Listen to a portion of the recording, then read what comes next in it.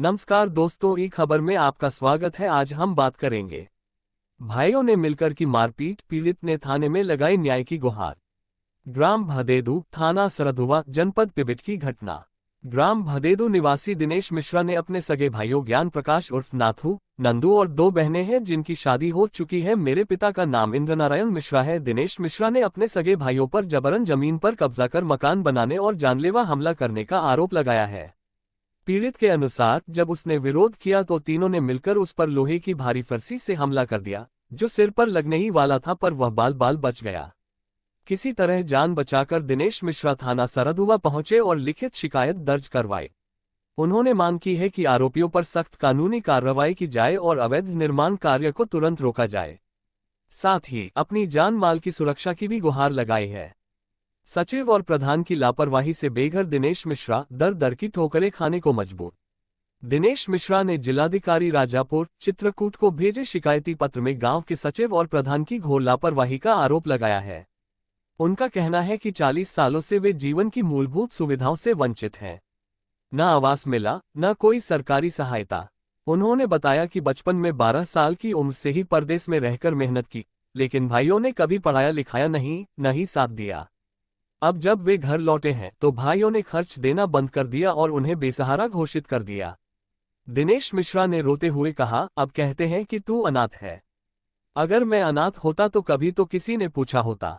आज मैं झोपड़ी में रह रहा हूं, जहां रात में कोई भी आकर मुझे मार सकता है। पीड़ित ने झोपड़ी की वीडियो भी साक्ष्य के तौर पर प्रशासन को भेजी है, जिसमें उनकी बदहाली साफ नजर आती है। दिनेश मिश्रा ने जिला प्रशासन से निवेदन किया है कि उन्हें जल्द से जल्द सरकारी आवास दिया जाए और उनके साथ हो रहे अन्याय की उच्च स्तरीय जांच हो। उन्होंने कहा, मुझे कुछ नहीं चाहिए, बस इंसाफ चाहिए। क्या है मामला? भाइयों का कहर, जमीन पर कब्जा कर किया जानलेवा हमला, झोपड़ी में रहने को मजबूर दिनेश मिश्रा ने थाने में लगाई न्याय की गुहार। स्थान: ग्राम भदेदू, थाना सरधुआ, जनपद पिबिट। गांव गांव में भाईचारे की मिसालें दी जाती हैं, लेकिन ग्राम भदेदू निवासी दिनेश मिश्रा की कहानी दिल दहला देने वाली है। जहां सगे भाइयों ने ही न केवल उनकी जमीन पर जबरन कब्जा कर लिया, बल्कि विरोध करने पर जानलेवा हमला भी कर डाला। यह मामला न सिर्फ पारिवारिक कलह का जीता जागता उदाहरण है, बल्कि प्रशासनिक उदासीनता और सामाजिक संवेदनहीनता का भी काला चेहरा उजागर करता है। पीड़ित दिनेश मिश्रा ने बताया कि उनके सगे भाई ज्ञान प्रकाश उर्फ नाथू और नंदू, पिता इंद्रनारायण मिश्रा, बहनों की शादी हो चुकी है, लेकिन आज वही भाई जिन्होंने बचपन में साथ खेला था, अब उनकी जिंदगी को नर्क बना रहे हैं। आरोप है कि ये लोग मिलकर दिनेश मिश्रा की पैतृक जमीन पर जबरन मकान निर्माण कर रहे थे। जब उन्होंने इसका विरोध किया तो नाथू और नंदू ने लोहे की भारी फरसी से उन पर हमला बोल दिया। फरसी सिर पर लगने ही वाली थी, लेकिन दिनेश किसी तरह बच निकले और दौड़कर थाना सरधुआ पहुंचे। दिनेश मिश्रा ने थाने में दी गई शिकायत में साफ साफ कहा है कि उन्हें और उनकी जमीन को बचाया जाए, वरना किसी दिन उनकी जान भी जा सकती है। उन्होंने प्रशासन से मांग की है कि जबरन हो रहा निर्माण तुरंत रोका जाए और दोषियों पर कड़ी कानूनी कार्रवाई हो। 40 साल का संघर्ष, ना आवास न सहारा, झोपड़ी में कट रही जिंदगी। इतना ही नहीं, दिनेश मिश्रा की जिंदगी का दूसरा पहलू और भी दर्दनाक है। उन्होंने जिलाधिकारी राजापुर, चित्रकूट को भेजे गए शिकायती पत्र में गांव के सचिव और प्रधान पर गहरी लापरवाही का आरोप लगाया है। उनका कहना है कि वे बीते 40 सालों से सरकारी योजनाओं से वंचित हैं।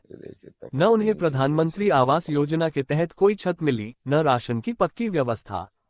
उन्होंने बताया कि जब वे 12 साल के थे तभी से परदेश में मजदूरी कर रहे थे। भाइयों ने कभी पढ़ाया लिखाया नहीं, न ही संपर्क रखा। अब जब वे वापस अपने गांव लौटे हैं तो वही भाई उन्हें अनाथ कहकर किनारे कर चुके हैं। आज मैं झोपड़ी में रहता हूं, कोई भी आकर मुझे मार सकता है। मेरे पास न छत है, न सुरक्षा। झोपड़ी की वीडियो प्रशासन को भेज चुका हूं। अगर यही जिंदगी है तो इसे जीना बोझ बन गया है। दिनेश मिश्रा की ये बातें किसी भी संवेदनशील दिल को हिला सकती हैं। प्रशासन से न्याय की मांग दिनेश मिश्रा ने साफ कहा है, मैं कोई भीख नहीं मांग रहा, मैं सिर्फ अपना हक मांग रहा हूँ। जो जमीन मेरी है वो मुझे वापस मिले, मुझे रहने के लिए छत मिले, मेरी जान की रक्षा की जाए। मुझे कुछ नहीं चाहिए, सिर्फ इंसाफ चाहिए।